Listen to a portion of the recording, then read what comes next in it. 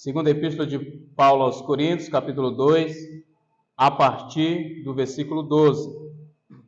Vamos fazer a leitura então. Ora, quando cheguei a Troade para pregar o Evangelho de Cristo, e uma porta se me abriu no Senhor, não tive, contudo, tranquilidade no meu espírito, porque não encontrei o meu irmão Tito. Por isso, despedindo-me deles, parti para a Macedônia. Graças, porém, a Deus, que em Cristo sempre nos conduz em triunfo, e por meio de nós manifesta em todo lugar a fragrância do seu conhecimento, porque nós somos para com Deus o bom perfume de Cristo, tanto nos que são salvos, como nos que se perdem, para com estes cheiro de morte para a morte, para com aqueles aroma de vida para a vida. Quem, porém, é suficiente para estas coisas? Porque nós não estamos, como tantos outros, mercadejando a palavra de Deus. Antes, em Cristo é que falamos, e na presença de Deus, com sinceridade e da parte do próprio Deus. Amém, irmãos? Vamos orar, irmãos. Obrigado, meu Senhor, porque neste momento a Tua Santa Palavra foi lida e será exposta, apresentada à Tua Igreja, para que o conhecimento do Senhor, a fragrância, este Evangelho, como Paulo mesmo menciona aqui, seja anunciado entre nós, tanto, Senhor Deus, para a edificação dos salvos, como também para a perdição daqueles que não são. E assim nós oramos, certamente pedindo ao Senhor a Tua direção e o Senhor nos conduza durante a exposição desta palavra. No nome de Jesus. Amém. Amém. Graças a Deus, irmãos. A passagem de hoje, ela finaliza esse primeiro capítulo, que na verdade Paulo já dá uma sequência de orientações a partir do versículo 14, onde ele vai fazer uma defesa do seu apostolado. O apóstolo Paulo estava sendo questionado pelos irmãos da igreja de Coríntios, principalmente por aquele irmão que se levantou contra Paulo, e alguns outros irmãos também ao seguir aquele irmão que estava em prática incestuosa, né? Ele estava cometendo um erro gravíssimo, um pecado, em que ele tinha um relacionamento com a mãe ou a esposa do seu próprio pai, ou seja, com a sua madrasta. Paulo não cita o nome desta pessoa, no entanto, ele relata isso no capítulo 5 da primeira epístola, nós vimos isso no domingo passado. E o apóstolo, ele fala dessas questões aqui, inclusive no texto de domingo passado, nós fizemos a leitura e a exposição, onde Paulo transmite orientações à igreja de Corinto, de como a igreja deve tratar com este irmão faltoso, de como aquela igreja disciplinou aquele irmão, punindo aquele irmão pela maioria da igreja, como ele diz no versículo 6, basta ali a punição pela maioria, como de fato deve ter sido feito. O apóstolo Paulo enviou Tito para aquela igreja para levar uma carta àqueles irmãos, e o apóstolo estava ansioso em receber notícias da igreja de Corinto.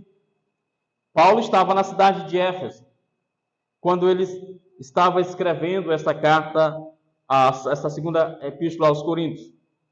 E possivelmente foi durante essa estadia de Paulo na cidade de Éfeso que aconteceu aquele grande tumulto, como nós já vimos aqui, onde os oríveis ficaram extremamente chateados com Paulo, porque o apóstolo Paulo pregou o evangelho de tal forma na cidade de Éfeso que o ganha-pão deles em torno do culto à deusa Diana começou a diminuir. E eles então se reuniram e fizeram um grande protesto contra o apóstolo Paulo e foram diante do teatro ou no templo da deusa Diana dos Efésios, fizeram ali uma grande manifestação ao ponto de as pessoas amigas e próximas de Paulo aconselharem Paulo a sair da cidade de Éfeso. E possivelmente foi nesse momento em que ele sai da cidade de Éfeso e ele vai até Troade. como diz aqui no versículo 12. Ora, quando cheguei a Troade para pregar o evangelho de Cristo, e uma porta se me abriu no Senhor. Queridos irmãos, o apóstolo Paulo, ele saiu da cidade de Éfeso, possivelmente, foi isso que aconteceu. Saiu porque estava já impossível a sua estadia ali naquela cidade, ele poderia ser morto a qualquer momento. Então ele sai e vai para Troade. Não é a primeira vez que Paulo passa na cidade de Troade. Quando ele realizou a sua segunda viagem missionária, ele passou na cidade de Troade, ele pregou o evangelho ali naquela cidade, foi naquela cidade que ele estava pregando, e ele pregou uma noite toda. Durante a sua pregação, chegando mais ou menos meia-noite, um jovem Eutico estava assentado numa janela no terceiro andar do prédio onde Paulo pregava, e aquele rapaz caiu, e Paulo foi lá e pelo poder de Deus ele foi ressuscitado dos mortos e foi entregue novamente à comunidade. E Paulo continuou pregando até o raiar do dia, do sol, e depois ele se despediu e partiu. Esta foi a primeira passagem de Paulo como missionário na cidade de Troade. Não é dito que nessa primeira viagem ou nessa segunda viagem missionária de Paulo ficou naquela cidade uma igreja. Mas é certo que as pessoas deram ouvido e passaram uma noite toda ouvindo o apóstolo Paulo. Não há dúvida que frutos ficaram ali daquela primeira viagem. Ele atravessou o mar Egeu e foi para a Macedônia. Foi lá nessa cidade de Troade que Paulo teve a visão do varão macedônio. Porque Paulo tentava ir para a região da Frígia ou Gálata, tentando ir para uma outra região, e o Espírito de Deus não permitiu que ele fosse. E então foi nesse período que Paulo teve a visão do varão macedônio, clamando para que Paulo fosse até eles, porque eles estavam precisando de ajuda. E Paulo entendeu que Deus estava direcionando ele para a Macedônia. E era a entrada no continente europeu, a primeira vez que Paulo entra no continente europeu pela Macedônia, atravessando o mar Egeu, chegando ali na cidade de Filipos, onde Paulo ficou preso. Ele, Silas, depois Lídia se converteu, o carcereiro se converteu, possivelmente a jovem possessa de espírito de adivinhação também se converteu, e ali já se iniciou uma igreja na cidade de Filipos. Depois daquela cidade, Paulo vai para a cidade de Tessalônica, onde ele também funda a igreja em Tessalônica, como nós já fizemos a exposição das duas cartas. Depois disso, Paulo vai para a cidade de Bereia, depois para a cidade de Atenas, depois ele retorna um pouco para a cidade de Corinto e fica em Corinto um bom tempo. Muito bem, então o apóstolo Paulo, fazendo essa segunda viagem missionária, passou pela cidade de Troade. Lembra que quando ele envia uma carta, eu acho que é a Tito ou é a Timóteo, não lembro bem, acho que é a Timóteo, pedindo que quando passasse em Troade, ele pegasse a capa dele e os livros, os pergaminhos, que também ficaram na cidade de Troade, e ele cita até o nome da pessoa que tinha ficado. Então, Paulo também passou pelo menos umas 2 vezes ou 3 vezes nessa cidade. E o versículo diz que ele foi para Troade para pregar o evangelho. Irmãos, e grande coisa é quando um pregador sai com o propósito de ir anunciar o evangelho de Cristo, e então, ao chegar no seu destino, uma porta se abre no Senhor. Não existe coisa melhor, mais maravilhosa do que ao chegar no destino planejado, pretendido, o Senhor já esteja então providenciando uma porta para o evangelho ser pregado. Porque mesmo assim, irmãos, com este versículo e com todo o contexto de Paulo na cidade de Troade, nós entendemos que Deus, o nosso soberano Senhor, Ele está no controle da obra missionária. Nenhuma igreja, nenhuma congregação, nenhuma pessoa, nenhuma família se converte, nenhuma igreja é plantada, se não for por vontade soberana de Deus. Deus está no controle da obra missionária. Então, o apóstolo Paulo foi, mas Deus providenciou, Deus abriu a porta. Porque nós não podemos abrir pelas nossas próprias forças. Então, toda vez que uma família, uma pessoa nos dá a oportunidade de pregar o evangelho para ela, nós podemos entender com isso que é uma porta que se abriu e o Senhor mesmo assim providenciou para que nós pudéssemos pregar o evangelho para aquela família, para aquela pessoa, ou para aquela comunidade, ou, sei lá, para uma cidade inteira. Então, uma porta do evangelho se abriu ali para o apóstolo Paulo. Possivelmente, não sabemos quanto tempo o apóstolo Paulo ficou aqui, mas é certo que ele ficou pouco tempo. Mas ele deve ter ali iniciado a igreja ou fortalecido aqueles irmãos que ali já estavam, porque ele já tinha passado por lá. E é certo que o apóstolo Paulo, mesmo estando em um local onde o evangelho estava prosperando, onde Deus abriu uma porta e ele estava pregando o evangelho, ele não estava sossegado em seu coração, ele não estava tranquilo, como diz no versículo 13. Não tive, contudo, tranquilidade no meu espírito, porque não encontrei meu irmão Tito. Por isso, despedindo-me deles, parti para a Macedônia. Ou seja, o apóstolo Paulo foi via Troade para fazer... Eu não tenho mapa para mostrar aos irmãos, mas seria mais ou menos uma viagem mais ao norte, atravessando o mar Egeu e fazendo um percurso até chegar na cidade de Corinto. De onde ele estava, ele teria até a oportunidade de chegar mais rápido na cidade de Corinto se ele seguisse uma outra rota. Mas ele sabia que Tito vinha por esta rota, por Troade, passando pela Macedônia e depois voltando para Troade e de lá para Éfeso. Certamente era essa rota que Tito ia tomar. Então Paulo, em vez de pegar o caminho mais curto, ele vai por este local, porque ele tinha a convicção de que ele ia encontrar Tito no meio do caminho, ou pelo menos quando ele estivesse ali na cidade de Troade. Paulo, ministrando na cidade de Troade, uma porta aberta, uma igreja sendo plantada ali, mesmo assim, ele está preocupado com a igreja em Corinto. Ele queria saber se aqueles irmãos tinham recebido as instruções através de Tito, através da carta que ele enviou por Tito, ou se eles ainda estavam sendo enganados pelos falsos mestres, pelos falsos apóstolos, que estavam ensinando doutrinas erradas, preceitos errados na igreja de Corinto. E Paulo estava incomodado. Por isso, o versículo 13 ele vai dizer: não tive, contudo, tranquilidade no meu espírito, porque não encontrei meu irmão Tito. Por isso, despediram-me, parti para a Macedônia. Então, Paulo não duvida, ele imediatamente viaja para a Macedônia para ter um encontro com Tito. E como Paulo faz nas suas cartas, aqui ele praticamente interrompe o pensamento e já inicia um outro pensamento no versículo 14. Ele está profundamente triste. Paulo está abatido. Paulo estava sendo acusado pelos irmãos de Corinto, não por todos, mas pelos falsos profetas e pelos falsos apóstolos e seus seguidores ali na igreja de Corinto, de ser uma pessoa que não tinha palavra. Ele tinha dito que ia em Corinto e mudou os planos, como nós já vimos aqui. Ele foi duro demais em um determinado momento. Parece que em outro momento Paulo já era maleável demais. E então eles usavam tudo isso contra o apóstolo Paulo.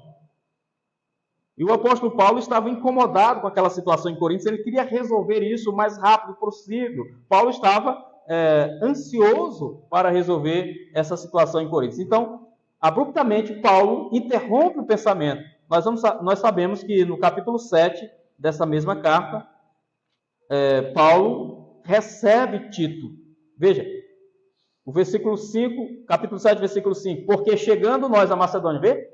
Que praticamente ele interrompe aqui e já retorna aqui no capítulo 7, no versículo 5. Ou seja, ele partiu para a Macedônia. Versículo 13, do capítulo 2. No capítulo 7, no versículo 5, ele diz: chegando nós à Macedônia. É como se ele parasse o pensamento e colocasse outra coisa no meio.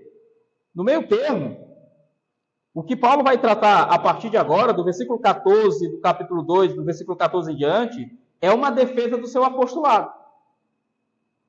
E aí no capítulo 7, versículo 5, ele retorna essa questão da sua viagem. Ele diz assim: porque chegando nós à Macedônia, nenhum alívio tive, pelo contrário, em tudo fomos atribulados, luta por fora, temores por dentro, porém Deus, que confronta os abatidos, nos consolou com a chegada de Tito. Ou seja, quando Paulo saiu da cidade de Troade, navegando pelo mar Egeu, chegou a Macedônia, e então, estando lá, ainda enfrentando lutas, de repente Deus consola o coração do apóstolo, que estava aflito, com a chegada de Tito. E Tito trouxe boas notícias a Paulo. Então vê que ele diz assim, o versículo 6, porém Deus, que conforta os abatidos, nos consolou com a chegada de Tito. E não somente com a sua chegada, mas também pelo conforto que recebeu de nós, referindo-nos à vossa saudade, o vosso pranto, o vosso zelo por mim, aumentando, assim como o meu regozijo, porque ainda que vos tenha contristado com a carta, não me arrependo, embora já tenha arrependido, vejo que aquela carta vos contristou por breve tempo. Agora me alegro, não porque fostes contristados, mas porque fostes contristados para arrependimento, pois fostes contristados segundo Deus, para que de vossa parte nenhum dano sofresses. Porque a tristeza segundo Deus produz arrependimento para a salvação, que a ninguém traz pesar, mas a tristeza do mundo produz sorte. Porque quando cuidado... E aí ele segue falando sobre isso. O apóstolo Paulo ficou extremamente feliz de saber que aquela igreja em Corinto recebeu a sua carta, recebeu Tito, o seu mensageiro, e então eles se arrependeram. Inclusive, a gente viu no domingo passado que a pessoa que estava cometendo atos pecaminosos, horrendos dentro da igreja, foi disciplinada e esta pessoa também se arrependeu. E o apóstolo Paulo recomenda que aquela igreja trate aquela pessoa com carinho, com amor, porque ele se arrependeu. E de sorte, todos aqueles que estavam seguindo o mesmo caminho se arrependeram. E a igreja caiu em si. E esse relatório de Tito trouxe grande alívio ao coração de Paulo. Muito bem, voltando ao capítulo 2, no versículo 14 em diante, o apóstolo Paulo vai falar agora, usando duas ilustrações, duas imagens que são perfeitamente didáticas para a igreja naquele contexto em Corinto. Vamos lá, ele vai falar primeiro versículo 14. Graças, porém, a Deus, que em Cristo sempre nos conduz em triunfo, e por meio de nós manifesta em todo lugar a fragrância do seu conhecimento. O apóstolo Paulo aqui fala de triunfo, fala de fragrância, depois ele vai falar mais na frente de cheiro, ele vai falar de cheiro, em outras traduções vai trazer como aroma, né? Vamos abordar isso aqui. Primeiro, quando ele diz isso, ele está se referindo ao triunfo. Ele está se referindo a um evento político-militar que acontecia na cidade de Roma, quando um general saía para as batalhas com seu exército, com o exército romano, e eles conquistavam a terra, eles dominavam o país conquistado, o povo conquistado, eles subjugavam aquelas pessoas, então eles traziam os prisioneiros, eles traziam as riquezas, os tesouros. Foi o que aconteceu, por exemplo, quando Tito, o general Tito, na década de 70 depois de Cristo, invadiu Jerusalém, e eles então tiraram os utensílios do templo, algumas coisas, e levaram para Roma, e lá fizeram um grande cortejo, como era de costume. Então, o que acontecia? O exército romano saía em batalha, e ao conquistar um país, uma nação, eles dominavam seus reis, seus príncipes, eles prendiam os soldados e matavam muitos os que eles podiam, então eles voltavam vitoriosos com os prisioneiros, com o ouro, com os tesouros. E ao chegar na cidade de Roma, o Senado romano preparava um grande desfile cívico-militar. Vamos imaginar, um grande desfile militar, ou um triunfo, né? Como é chamado também a entrada triunfal de Jesus em Jerusalém. É mais ou menos aquilo. Só que seguia uma regra bem básica. Vinha uma carruagem com o general, com o vencedor. Bem atrás vinha um outro carro, outra carruagem com os presos que seriam perdoados. Esses presos que vinham mais atrás, eles seriam perdoados e devolvidos novamente para a sua terra natal, para serem administradores lá, sob a supervisão agora do Estado romano, do Império Romano. e mais atrás vinha outra carruagem com outros prisioneiros. Às vezes eles nem vinham em carruagem, eles vinham a pés, com correntes nos pés e nas mãos, pesadas. E aquelas pessoas seriam levadas em cortejo pelas ruas, pelas avenidas da cidade de Roma, e no final eles eram levados ao templo do deus Júpiter e eles eram sacrificados ao deus Júpiter no templo. Por isso, Paulo utiliza essa ilustração, porque durante o percurso, as mulheres, o povo providenciava aquela chuva de pétalas de flores, de rosa, que iam sendo jogadas sobre o cortejo, e aquilo trazia um aroma para aqueles que iam chegando vitoriosos, ao ponto de que aqueles que vinham no carro imediatamente atrás do general, do comandante, do general, eles sentiam aquilo como um cheiro de vida para a vida, porque eles seriam perdoados e devolvidos à sua terra. No entanto, aqueles que vinham mais atrás, arrastando as correntes, e quando eles sentiam aquele cheiro, era o mesmo cheiro. No entanto, aquilo para eles era cheiro de morte para a morte. Veja bem, o que o apóstolo diz? Graça, porém, a Deus, que em Cristo sempre nos conduz em triunfo, e por meio de nós manifesta em todo lugar a fragrância do seu conhecimento. O apóstolo Paulo está usando a ilustração do triunfo romano para dizer que em Deus, que pela graça, porém Deus, que em Cristo sempre nos conduz em triunfo. Ou seja, o apóstolo Paulo dizendo, olha, eu nunca perdi, eu não sou um fracassado, eu não sou um derrotado, apesar das aparências. Porque era isso que os falsos profetas, os falsos apóstolos estavam dizendo, olha, esse apóstolo aí, ele só pode não ter Deus. Porque se ele tem Deus, por que tudo dá errado na vida dele?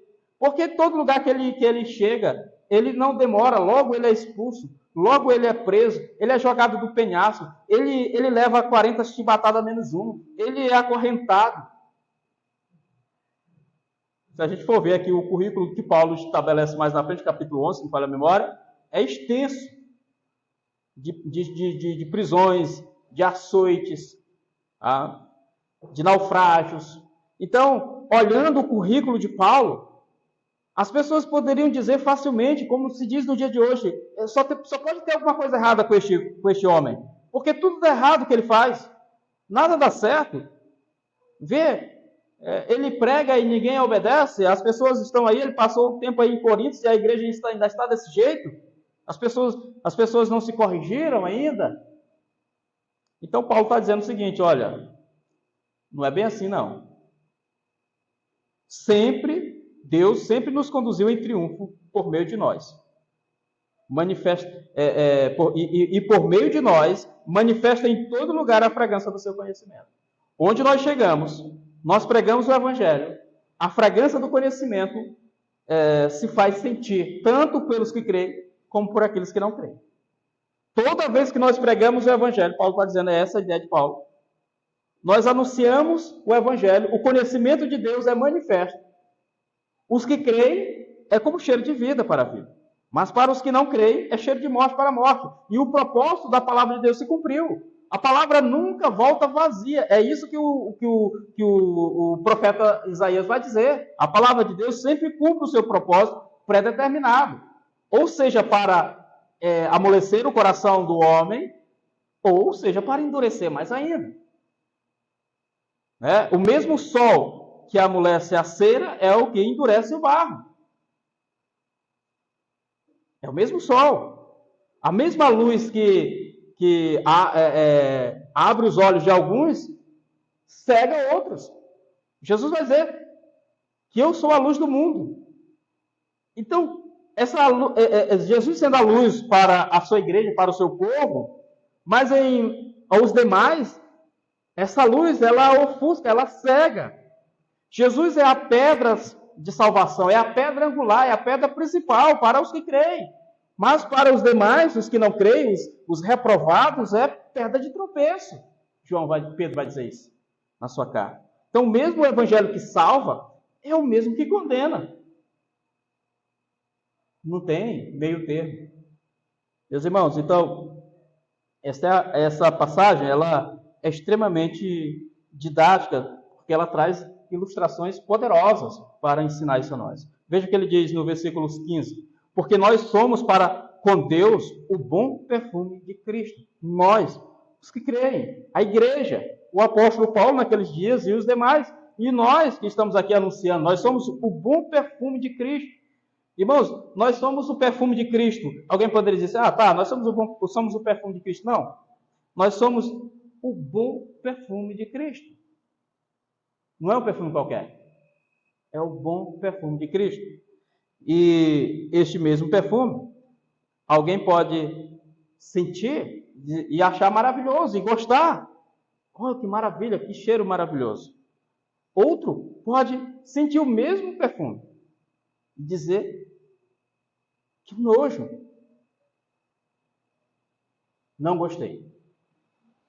E repulsar isso. Porque é assim o Evangelho de Cristo. O Evangelho de Cristo não é para todos, irmãos. Nunca foi. Engana-se aqueles que pensam que o Evangelho de Jesus é para todos. Não é. É para os eleitos. É para a igreja do Senhor eleita, preciosa. Os demais, os que não creem, é pedra de tropeço. É rocha de ofensa. Então veja bem, o versículo 15, porque nós somos para com Deus o bom perfume de Cristo, tanto nos que se são salvos, como nos que se perdem, para estes cheiro de morte para a morte, no caso os que se perdem, para aqueles aroma de vida para a vida. Quem, porém, é suficiente a estas coisas? Eu creio que não há dúvida por parte dos irmãos aqui, talvez, sobre este assunto. Sabemos nós, desde sempre, como nós ensinamos aqui na igreja, que o Evangelho do nosso Senhor Jesus Cristo, ele é ensinado para todos. É o chamado universal, o chamado geral, como Cristo mandou que a igreja fosse por todo mundo pregando o Evangelho. Mas o mesmo Cristo que diz que nós devemos ir e pregar o Evangelho a toda criatura, é o mesmo Cristo que diz que nem todo mundo vai crer, mas somente aqueles que o Pai concedeu. Ninguém vem a mim se o Pai que me enviou não trouxer. Ninguém vai ao Pai se não for por mim, Jesus disse. Então sabemos que há os eleitos de Deus que atenderão o chamado da palavra, a pregação da palavra, ouvirão e entenderão e se converterão. No entanto, há aqueles que não entendem, que são os reprovados e que eles serão condenados no final. Eles vão por culpa deles. No entanto, Deus já escolheu, antes da fundação do mundo, os que serão salvos, bem como aqueles que não serão salvos. Foi escolha soberana de Deus. Isso antes da fundação do mundo. Isso está na Bíblia, de Gênesis a Apocalipse. Nós temos o tempo todo nas Escrituras mencionando isso. Jesus falando sobre os chamados. Muitos são chamados, mas poucos são os escolhidos. Jesus cita parábolas, por exemplo, do pescador que lançou a rede ao mar. Trouxe vários peixes e ali ele selecionou os bons e colocou no cesto. E os demais foram lançados fora. Porque muitos são chamados e poucos são os escolhidos. Então nós temos Jesus mostrando isso o tempo todo nas Escrituras Sagradas. E aqui Paulo ilustra isso muito bem. Então o versículo 16 ele finaliza dizendo: quem porém é suficiente a estas coisas? Quem é que pode ser o bom perfume de Cristo? Quem é que pode ser essa boa fragrância de Cristo para os que creem? E também para os que se perdem? É lógico que Paulo está aqui fazendo uma pergunta que ele vai responder, dizendo que ele mesmo, o apóstolo, e todos nós que cremos, isso não é, de forma nenhuma, algo que coloque o apóstolo querendo o centro das atenções, nada disso. No versículo 17 ele vai dizer: porque nós não estamos como tantos outros mercadejando a palavra. Quando ele pergunta, quem porém é suficiente para essas coisas, ele vai responder com uma resposta indireta, mas ele está se referindo a ele mesmo. Ele vai dizer, porque nós não estamos como tantos outros mercadejando a palavra de Deus. Ou seja, nós somos suficientes para isso, Paulo está dizendo. Porque nós não estamos negociando o Evangelho. Nós não estamos vendendo o Evangelho. Nós não estamos adulterando o Evangelho. A palavra aqui traduzida por mercadejando, no texto original, dá a ideia daquele comerciante que adultera a sua mercadoria para poder lucrar mais. Imagina, hoje em dia é muito comum as pessoas que trabalham com mel, e aí de repente eles misturam o mel com outra substância lá para poder vender mais. Ou às vezes quando eles fabricam o mel mesmo lá, do jeito deles, e vendem como se fosse mel de abelha. É só para citar um exemplo. Mas há pessoas que utilizam balanças falsas e que tiram na hora do peso. Você vai comprar 1 litro de açaí, não vem 1 litro de açaí. Né? É esse tipo de fraude que o apóstolo Paulo utiliza aqui com essa palavra, quando ele diz, porque nós não estamos adulterando o evangelho. Que uma tradução possível seria essa, adulterando o evangelho. Não é? Tá, você vai ver falsos pastores, falsos pregadores pregando o evangelho. E eles vão pregar o evangelho. No entanto, é um evangelho adulterado. Entendeu? Você vai num posto de gasolina e pede para o frentista colocar gasolina no seu veículo, e aquela gasolina pode estar adulterada, porque eles podem ter colocado ali água ou qualquer outra coisa para lucrarem em cima. Então, você vai colocar e vai funcionar. O seu carro vai danificar depois, mas vai funcionar. Você vai sair, seu veículo, a sua moto, você vai poder utilizar aquilo ali, dependendo da quantidade. Mas com o tempo vai danificar o seu automóvel. Da mesma forma, o evangelho adulterado, ele é assim. Você ouve o pregador falando, ele lê a Bíblia, ele expõe as Escrituras, mas aqui e acolá ele vai fazendo ajustes, né? Para não ferir o irmão, para não magoar o outro. Né? Não, isso aqui vai... tem uma pessoa que visita a igreja e de repente se eu disser isso aqui para ela, ela não vem mais. A pessoa vai adulterando, vai dando um jeitinho ali para agradar todo mundo. Para no final, todo mundo ficar satisfeito.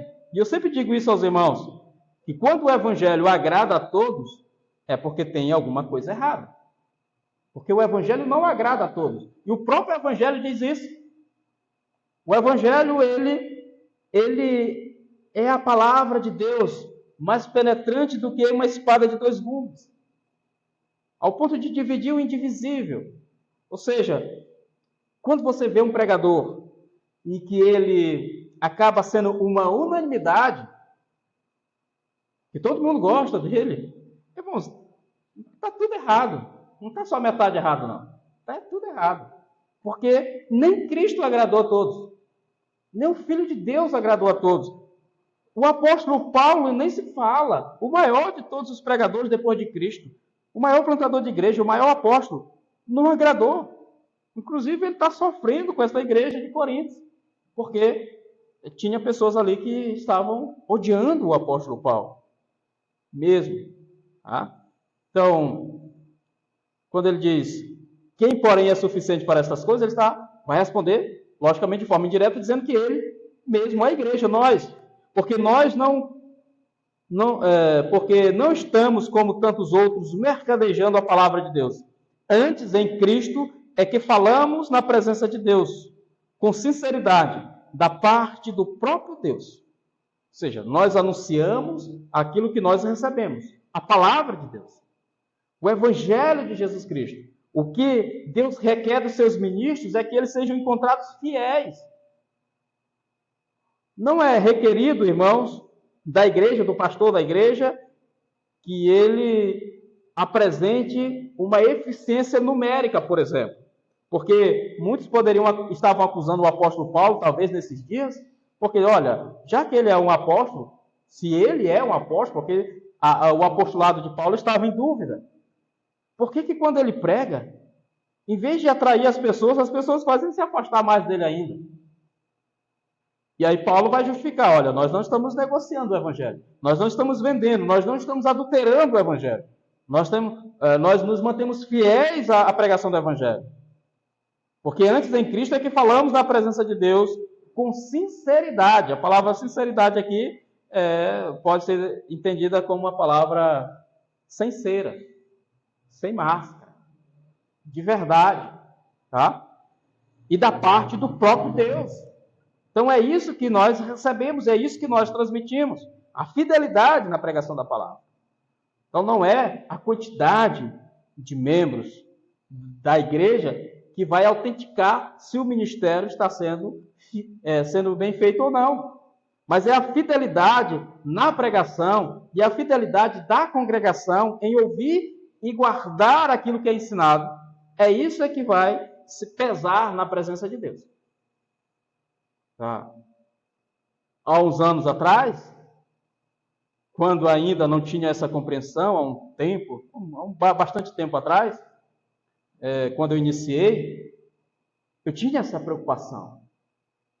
Mas hoje, irmãos, nós descansamos na soberania divina. Nós sabemos que a palavra de Deus, ela sempre cumpre o seu propósito pré-determinado. Ou ela quebranta o coração dos eleitos, convertendo, ou ela endurece os demais, como de fato acontece. Isso é propósito de Deus. E Deus é glorificado tanto num caso como no outro. É isso que Paulo está ensinando aqui. Tanto Deus é glorificado naqueles que se arrependem, como Deus é glorificado naqueles que são condenados e seus corações são endurecidos. Porque Deus endureceu o coração de Faraó para que o nome do Senhor fosse glorificado por todo sempre. Tá?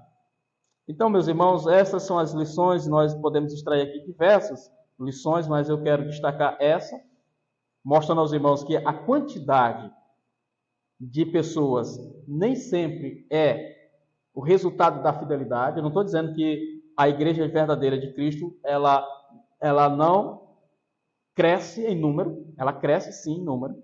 No entanto, esse não é o requisito mais importante. Mas o requisito mais importante é a fidelidade dos membros, é a fidelidade na pregação, é a fidelidade do pregador, do ministro da palavra. Então, no meu entendimento, existe uma das melhores formas de manter esse cumprimento da fidelidade da palavra de Deus, irmãos, é expor as Escrituras, livro por livro, capítulo por capítulo, versículo por versículo, como nós fazemos aqui. Não existe outra forma de manter-se fiel ao Evangelho, a não ser pela pregação expositiva da palavra. Amém? Que Deus em Cristo possa nos dar graça e próximo domingo nós continuaremos no capítulo 3 desta epístola. Vamos orar ao nosso Deus. Amado Pai, bendito Senhor, graças te damos, porque neste momento a tua palavra foi lida, foi apresentada à tua igreja, ensinada ao teu povo, com verdade, Pai, com sinceridade. E assim como o apóstolo Paulo fez em seus dias, os pregadores dos nossos tempos também possam seguir este exemplo, de manter-se fiel ao Evangelho, manter-se fiel ao Senhor, em tudo que o Senhor nos ordenou em sua palavra, seja ensinado à igreja e a todos aqueles que estiverem ao nosso alcance. Muito obrigado por tudo, te agradeço, em nome de Jesus. Amém.